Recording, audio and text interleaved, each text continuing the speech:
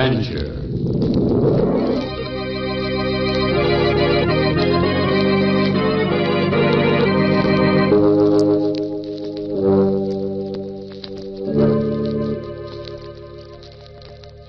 Over the minds of mortal men come many shadows. Shadows of greed and hate, jealousy and fear. Darkness is the absence of light. So in the sudden shadows which fog the minds of men and women are to be found the strange impulses which urge them on to their venture in the dark.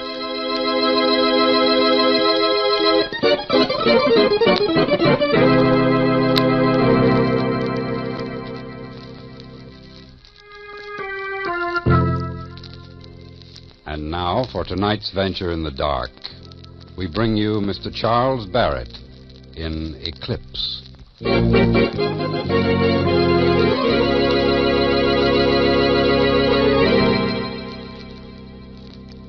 Tell me, Mr. Police Commissioner, how long ago did life begin for you? 40, 45 years ago? Well, life for me began about 24 hours ago. Yeah, 24 hours ago, I woke up. I was lying in a ditch beside a railroad track. When I first opened my eyes, I saw the sky. It was clear and very blue. I sat up and saw that my knee was sticking out through a hole in my pants, that all my clothes were dirty and torn. I started thinking, wait a minute, what's happened to me?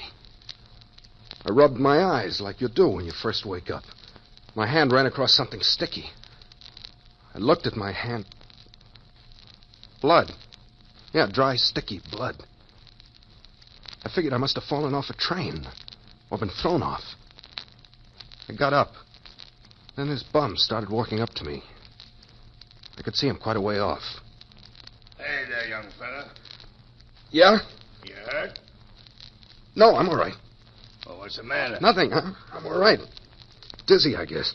You've been kind of banged around. Yeah, I guess I have. I better rest a bit. Sure, Pete, sure. That's the idea. What happened? Get bumped off the rods? I don't know. Well, how'd you be in the ditch if you wasn't bumped off the rods, huh? I don't know, I tell you. Okay, Pete, okay. My name isn't Pete. Oh, well, I just call everybody that. What is your name? My name is... Well, my name... Well? I can't remember my name. You can't remember? Are you kidding? What are you trying to pull? Don't even know your own name. I tell you, it's true. I don't know. I can't remember. It's not so easy to forget your own name, Pete. Look, don't ride me. Something's happened to me. I don't know just what, but something's wrong. Well, where you from? What? Where you from? I don't know that either. Well, what are you trying to get away with, Joe? You can let me in on it. I won't spill. I'm not trying to get away with anything. I just can't think. I just can't remember.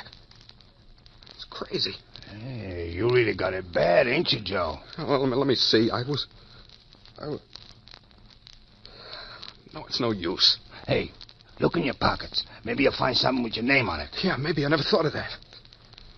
At least it's a chance. Yeah. But, what's wrong now? There's nothing in my pockets. They're empty. You're in bad shape. You don't know who you are, where you're from, and you ain't got nothing in your pockets. Where you heading? I can't remember. Well, if I was you, the first thing I'd do is try to find out who I am. That's kind of important. Yeah. Well, I seen the train pass through, the train you fell off of. And I don't know where it was headed for, but I do know where it started out from. Where? Chicago. Chicago? Yeah. Now, the thing for you to do is head right back to Chicago and start asking questions. And, maybe you better pay a little visit to the hospital and have them look at your bean. Now, Pete, you don't look so good to me. You don't look good at all.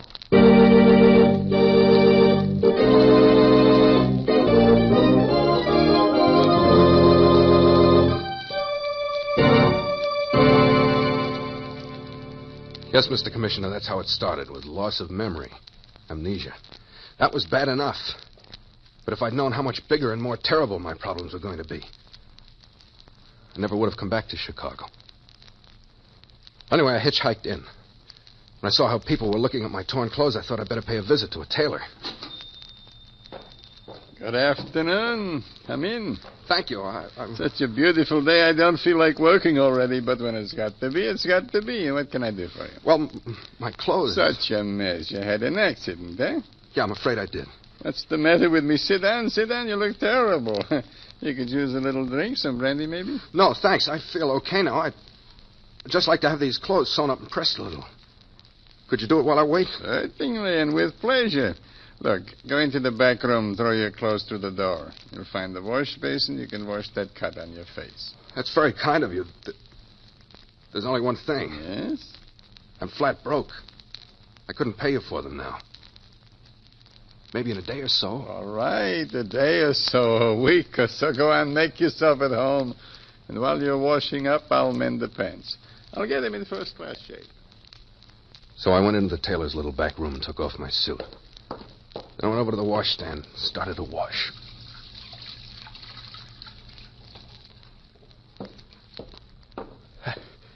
My head felt better as soon as I got a little cool water on it. I sat down. I tried to figure what would I do. Where would I go from here? Then I noticed something about my pants belt. It was bulky, had a little zipper in back. When I opened it, money started falling out in tight rolls. Bills were crisp and new. I thought my heart was beating loud enough for the tailor to hear it as I counted the money. There was $50,000. Hey, mister, are you coming with the clothes? Huh? Oh, yeah, they're ready. I'll hand them to you through the door. Good. I'll have them fixed up like new in no time. You sit there and relax. You look like you could stand it. Yeah, relax. Relax with $50,000 strapped around my stomach. Well, the little tailor fixed my clothes, and I looked fairly respectable again. You know, I never seen such nice material in a long time as that suit. Is that so? Yes, it cost a beautiful dollar, believe me. Where did you get it? Where did... Wasn't there a label on it? No, the label had been ripped off, so why am I asking so many questions? Goodbye and good luck. What do I owe you? So when you earn a few dollars, come back and we'll figure it out, eh? Well, let's do it. What, $20? But before you said you were broke. This I don't understand. That makes two of us, my friend.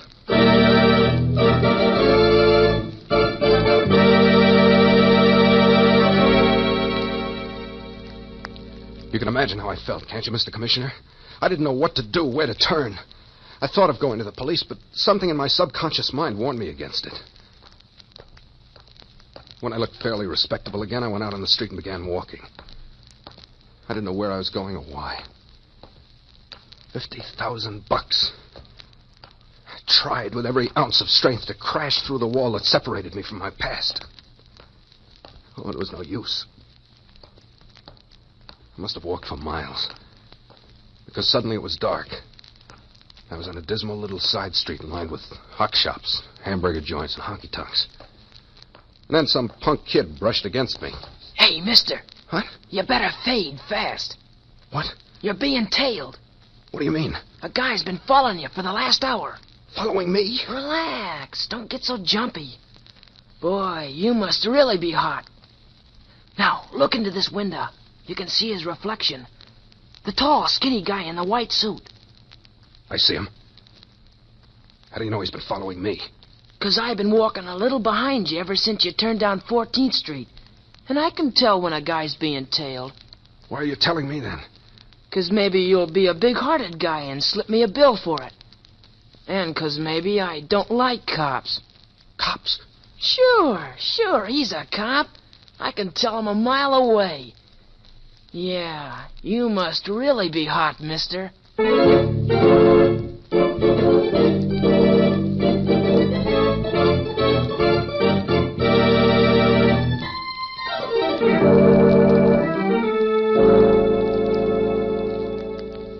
It's easy to say now that I know what I should have done, Mr. Commissioner. I should have gone up to this guy and had a showdown right then and there.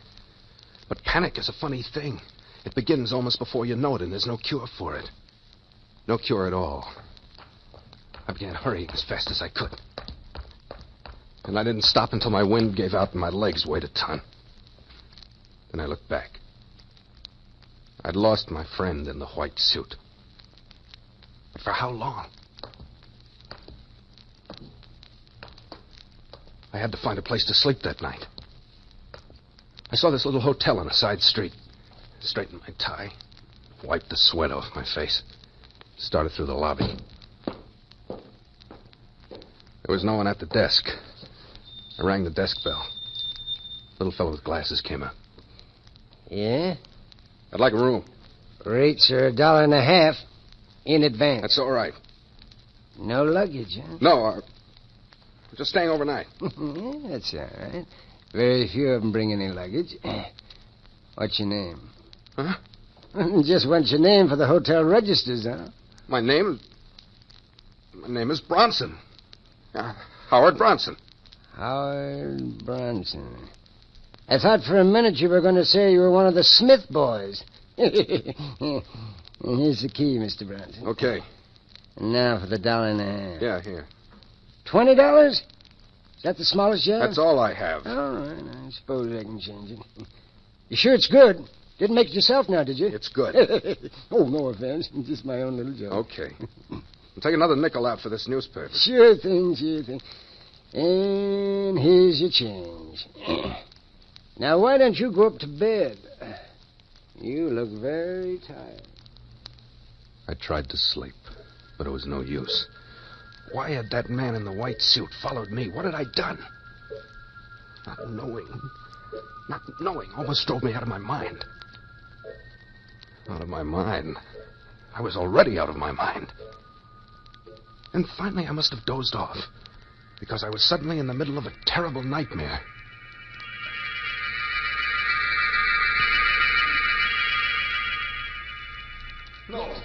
No, I won't give it up. I won't stay there. Leave me alone. Leave me alone. Leave me alone. Bailey! Bailey!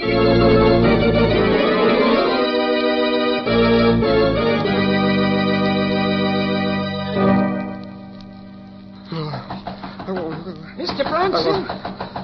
Mr. Bronson? What? Are you all right, Mr. Bronson? Yeah. Yes, I'm all right. Who is it? The room clerk. Would you open the door for a minute? Yeah. Come in. Several of the guests heard you screaming. We wondered. There's nothing, just a nightmare, I guess. I'm all right now, I think. I'm glad to hear that. Is that all you wanted to know? Not exactly. Well? A detective came in a while ago inquiring about somebody. Detective? Yeah, city detective. That is according to the badge you showed me. What did he want? No one named Bronson. Then why are you bothering me for? It wasn't Bronson he asked for, but his description of the man fitted you exactly. How long ago was he here? Oh, about 20 minutes ago. Your name is Bronson, isn't it? Yeah, sure.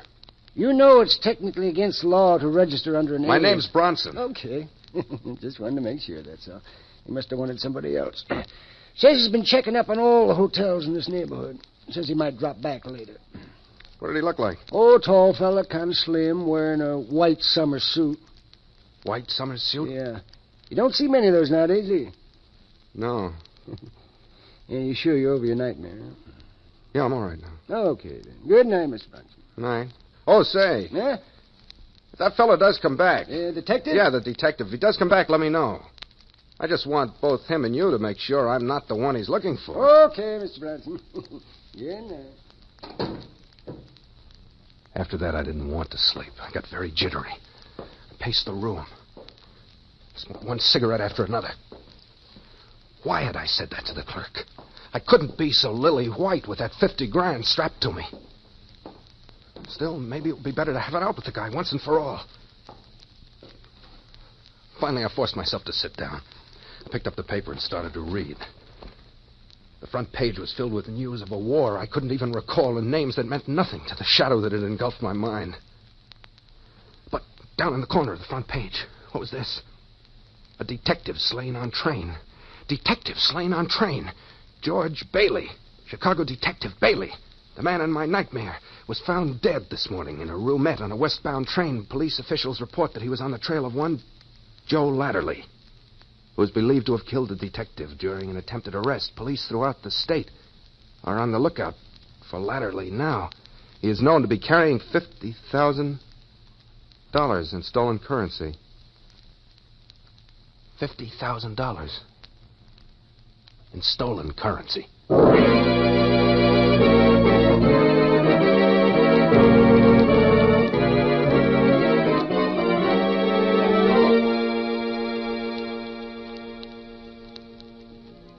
Now, what was I going to do? I was not only a thief, I was a killer. But funny thing, somehow I didn't feel like a killer. I didn't feel like a killer at all. Mr. Bronson? Say, that detective came back. He's here with me now. He'd like to talk to you. Detective? Oh, yeah, sure. Be glad to talk to him. Well, wait just a second, though. I'll throw some clothes on. No, thank you. I wasn't having any of this. The only thing I could think about was to get away. I rushed to the window, raised it. A fire escape led right down to a back alley. Open up, Mr. Bronson. I slid over the sill and started down the fire escape. As I raced down the steps, I heard excited voices above me. And then they were shooting at me. This was a new sensation, Mr. Commissioner, and not exactly the most pleasant feeling in the world. Well, that convinced me. I was a killer. A killer at bay.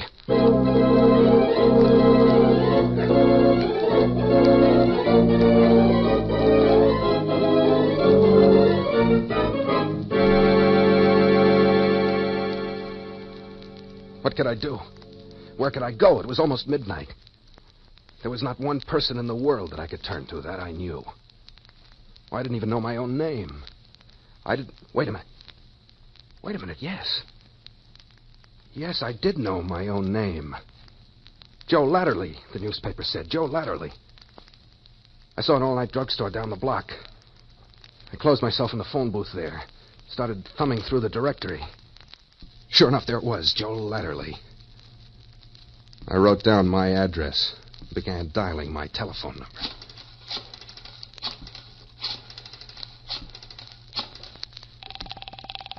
And while the number rang, I felt a cold sweat come rolling down my face and neck.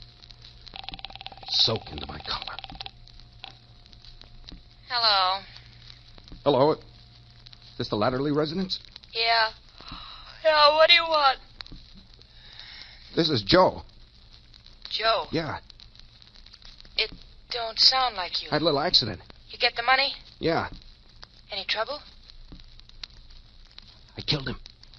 Oh. Look, I better see you right away. Yeah, but don't come here. The cops are thick as flies. You better meet me at the usual place. The usual place? Yeah, at Mom's. Okay, at Mom's. Oh, hey, look. This accident kind of mussed up my memory. What's Mom's address again? 229. 229... 9th Street, apartment 204. 204, okay, I'll see you there. Gee, you sure sound funny. Joe, what happened? I'll tell you about it when I see you.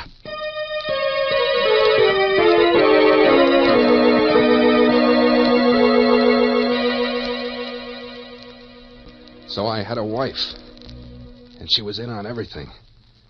You see, Commissioner, the jigsaw puzzle was beginning to make some sense. A wife. I couldn't even remember the color of her hair. If only I could break through the shadow. 10 minutes later, I was standing in the entrance of a very classy apartment hotel lobby, not a soul in sight. As I began looking down the list of numbers for the right doorbell to ring, I felt myself going shaky again. There it was, 204. I pushed the bell. I waited. Then the door buzzer sounded. I pushed open the door and started across the lobby. No one in sight. No one. That was a break. I pulled my hat down over my eyes as I started up the steps. See, I was beginning to think like a hunted man, like a killer. I took the stairs to the second floor. I started down the hall. 200. 202. The next door, 204. The door was ajar. I wanted to call my wife, but what was her name? Honey? Honey, are you there? No answer. I pushed the door open. The room was in darkness. I felt along the wall for a light switch. Found it. And there, waiting for me, was this detective. The tall, skinny guy in the white suit.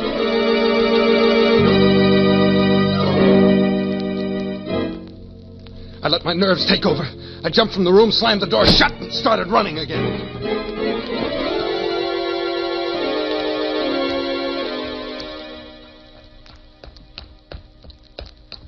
But this time he had a better chance at me than before. As I hurried through the empty streets, I could hear him coming right behind me. I ducked down alleys and across backyards. He was right on my tail. I couldn't run much further. I was all pooped out. Then I bumped smack into somebody. Hey! Watch where you're going. I didn't see you, officer. Well, I'm not exactly an officer. I'm a night watchman. But who are you running from? Why, nobody. Nobody at all. I looked up and down the dark street. The detective was nowhere in sight. I don't know. You weren't exactly strolling along. Come over here to the street light. Let me take a look at you. Well, you must know I got in a little jam with a lady. So that's it. The way you run, I bet you're a hard man to catch. Yeah. Well, get on with you and be more careful next time. You may not always get a head start. I guess that's right. Good night to you. Oh. Yeah? I live on the other side of town. What's the quickest way to get home? There's an elevated train station 2 blocks from here. That's your best bet. Okay. You better hurry, though. The last train pulls in at 1 o'clock, and it's pretty close to that right now. I'll hurry. Night. I began walking again. Once I got away from this neighborhood, I'd have a chance. Chance for what? I wasn't sure. But a man with $50,000 could do a lot of maneuvering. I saw the lights of the elevated station ahead. In the quiet night, I heard the rumble of the approaching train, the last train. I started jogging. I couldn't miss that train. Hey, wait up, you! Took a quick glance over my shoulder. It was him again. My friend in the white suit. I raced up the steps 3 at a time. When I got to the top, he was at the bottom. Stop, or I'll kill you! I'd never heard a deadlier sound than that voice. The last train was just pulling in. The detective was coming up the stairs, kind of slow. For some reason, I didn't have time to figure out.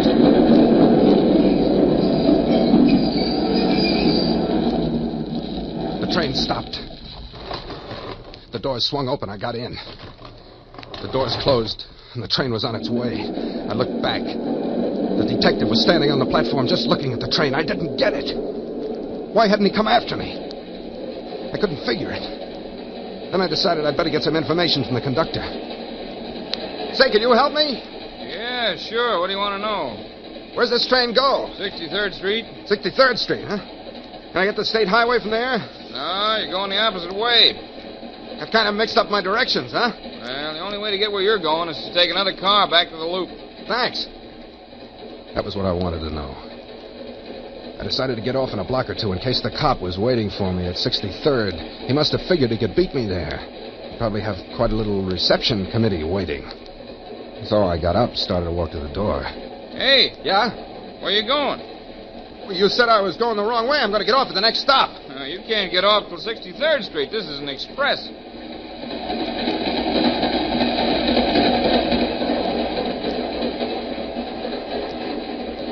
I was just about ready to crack. I knew it'd be curtains for me as soon as I got off the train. I kept hoping for a miracle. Maybe the train would crack up or stop one station too soon or... Oh, no. Oh, it was no use. Finally, the conductor called the station. 63rd Street, 63rd. And the half-dozen sleepy passengers started getting up and heading for the doors.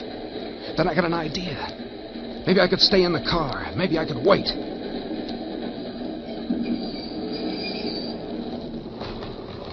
When the last passenger got out, the conductor looked over at me. This is where you transfer back to the loop. Where's the train go? Up a few blocks, and we turn around and head back. Oh, couldn't I go back with you? Sorry. You got to get out here and cross the bridge. Oh, but I don't see any I don't make the rules, buddy. The company makes them for me. Well, I tell you, I'm just going Hey! What's the matter? There's somebody behind you. Just come with me. I got a gun right against your back. It was him. I felt the gun rubbing against my spine. I knew I had only one chance. So I whipped around. I was lucky. I caught him with a hard right, and he went down. I jumped fast and got a service revolver. He didn't stay down long, though. As he got up and lunged at me, I let him have it. Right between the eyes.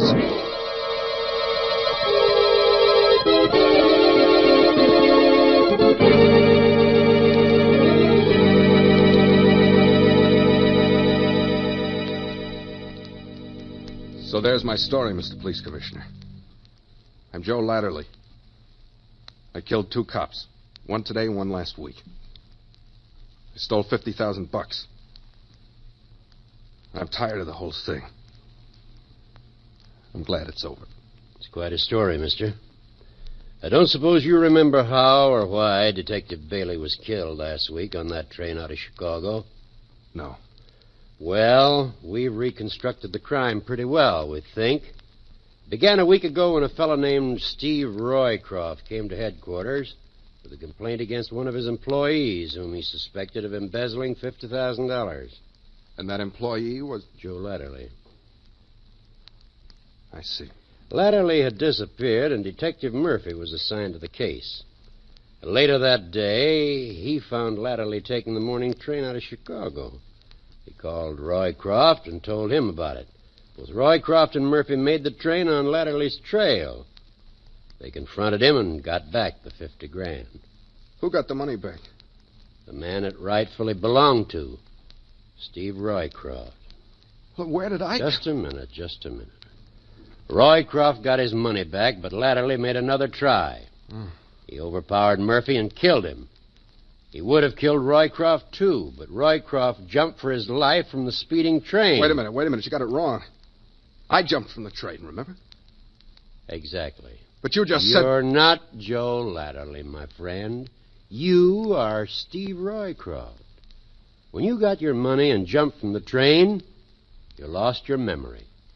Then, when you read that we were looking for the killer, Latterly, you naturally assumed that you were him.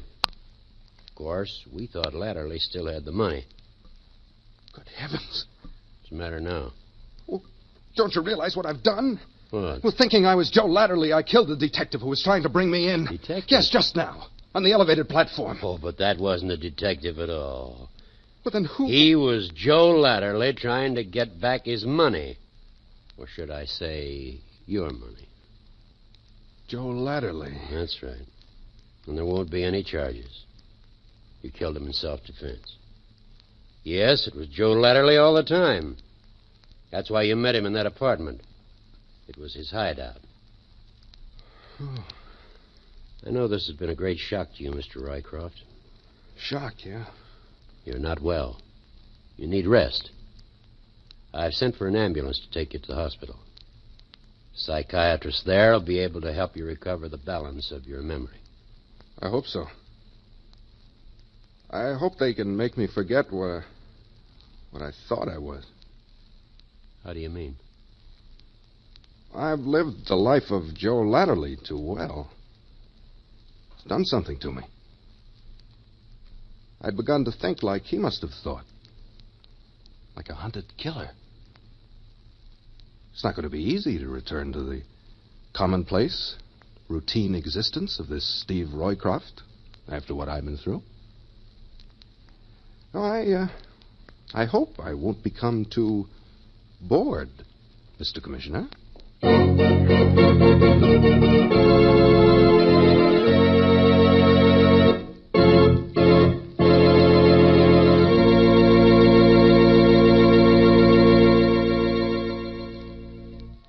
Next week, at the same time over most of these stations, we'll bring you another original story about the land of the shadows. The story of two killers and of retribution out of the forgotten past. Join us then to examine at first hand the strange impulses which urge human beings into their dark venture.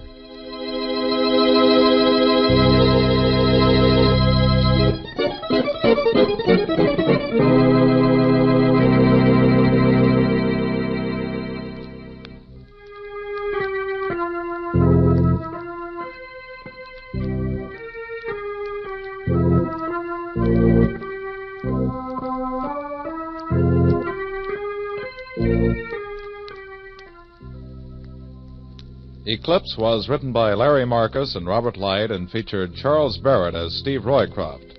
Original music by Dean Fossler. This is ABC, the American Broadcasting Company.